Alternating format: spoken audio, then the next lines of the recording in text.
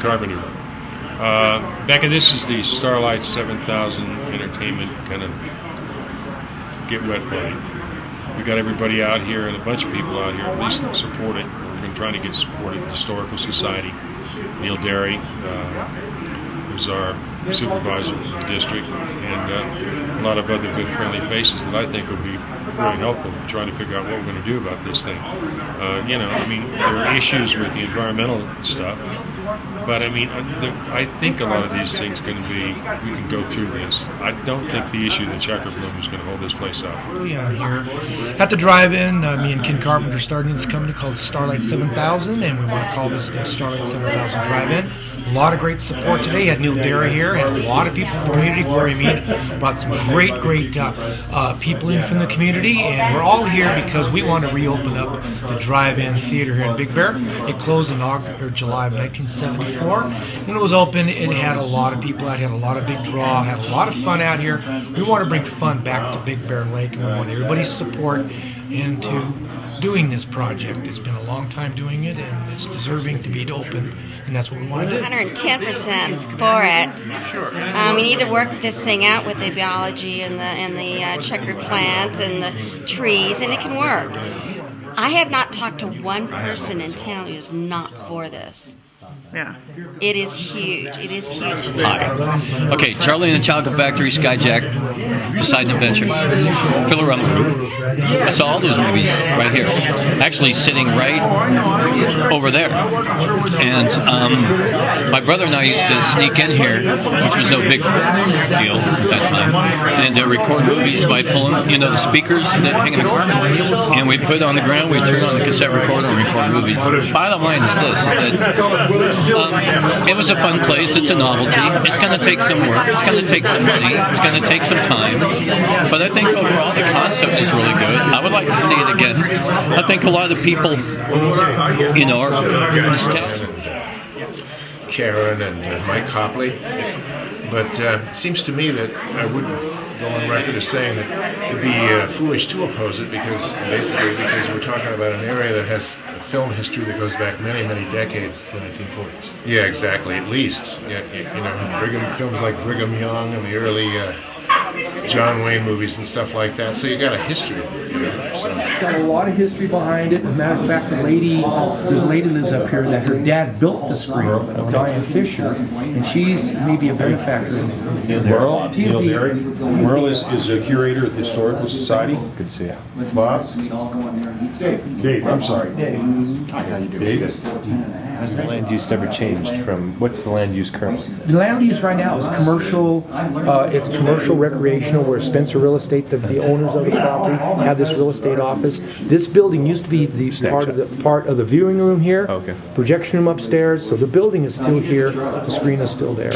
And so that's what it is right now. And so there's big issues. There's been the plant that's been out here, and they've been counted. They've done everything. They spend thousands and thousands of dollars just to do these counts, and they can't do nothing with the property. And they just want to be able to let it get open for the community and have our drive-in theater back. But it's an existing use that's been approved by the city in the past, hasn't it? Right, exactly. When it was used before, Neil, it wasn't then the city wasn't a city. It was a county seat. You know all about that.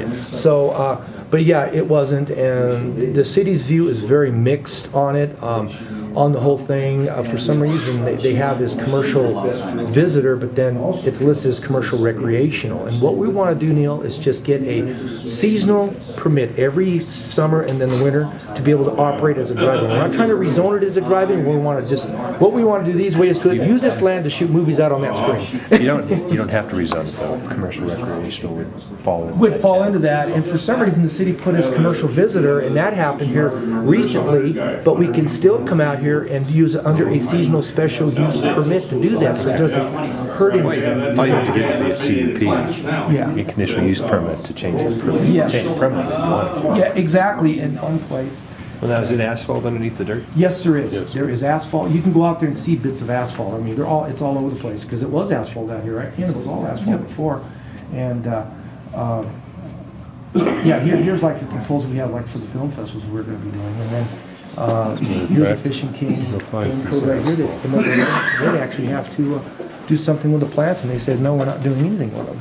They have to actually remove them or do something, and we don't want to see that. We just maybe use it at the east end of the property, just move them 300 or 400 feet, and use that to fence it off. There's usually always allowances for mitigation.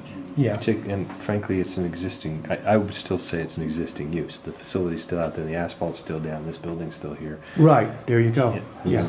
I mean, that's the way I would approach it. And this is Ken Hitter. He's the owner of the property. We need to talk about something else too before you leave. But anyway, we want to do the whole screen. The plan, is to go ahead and get the whole screen refurbished. We're not going to take it down. We're going to put a new fascia on, a new front, because a digital, high definition digital, you can't have the corrugated screen. So we got a guy that does that. Frank right here. Frank Simpson can do all that. And he's an expert on that. He's been here. He sees what needs to be done. Our projection guy, Jim Ash, he's kind of late getting here. We have a projection system that would be used up here for high definition, and there'd be no speakers. It would be all FM 55 hertz in the area itself, like they do down in Barstow, and make it real simple. You have a snack bar. It could be set up seasonal and then be used for other stuff. Now, are they saying that this species, does it exist in the Pebble Plains, that type of thing? Yeah, it exists all over the valley. It exists out in Baldwin Lake. They did a mitigation at Baldwin Lake. I don't know if you're familiar with the Big Bear Lake regional wastewater. They did that, and they did a mitigation where they moved their plants, and they're on the property right now. They put a little area fenced off on the area, and it's all fine out there, and that's kind of what we want to do. The same thing. Excuse me a second, Mike. Yeah. Neil, second page. Okay. Yeah. Judy Harris and I, every year, would have to map where the checker rooms were. And she would send it off to Fish and Game. This is a map of what we did in 2009. Judy since retired. But this is where we are right now. Mm-hmm. This is the screen. These little dots are where we found checker rooms. Okay. Yeah. And there's not many. No. And was Jeff from a botanist from Fish and Game? Yeah. Yeah. He came out and we couldn't find any. Jeff Villa Vegas or something like that. He came out here in May or June, and we couldn't find anything. And he says, "What's stopping you from?" I mean, his old ideas. He wasn't abolished, but he knows. He says, "What's kind of stopping you guys from doing that?" I says, "Well, there's a few out here," and he says, "We want to remove those trees because those trees are inhibiting the screen, is banging against it. But we'd also do is we'd replant trees in the back over here somewhere. We've got a lady who would donate trees. Why don't you have you come out here and see what our plight is? We got so many people supporting this thing, and if we get your support on just what we want to do and stuff like that's probably the biggest thing."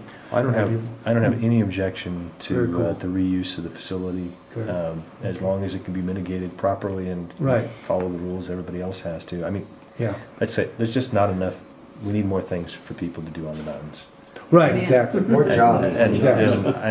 And young people, particularly up here, don't have all the opportunities that we want them to have. And going to the drive-in, even when I was growing up, was something you did. Other than the people I've talked to, Neil, about this proposed opening of the theater, they are so for it 100%. And yes, I try to encourage people to come today, whether it's yay or nay, so we can do a Q&A. And that's how we find out, because in a small town, rumors go this way, and people hear this, and they think, oh, we're going to. No, we can't.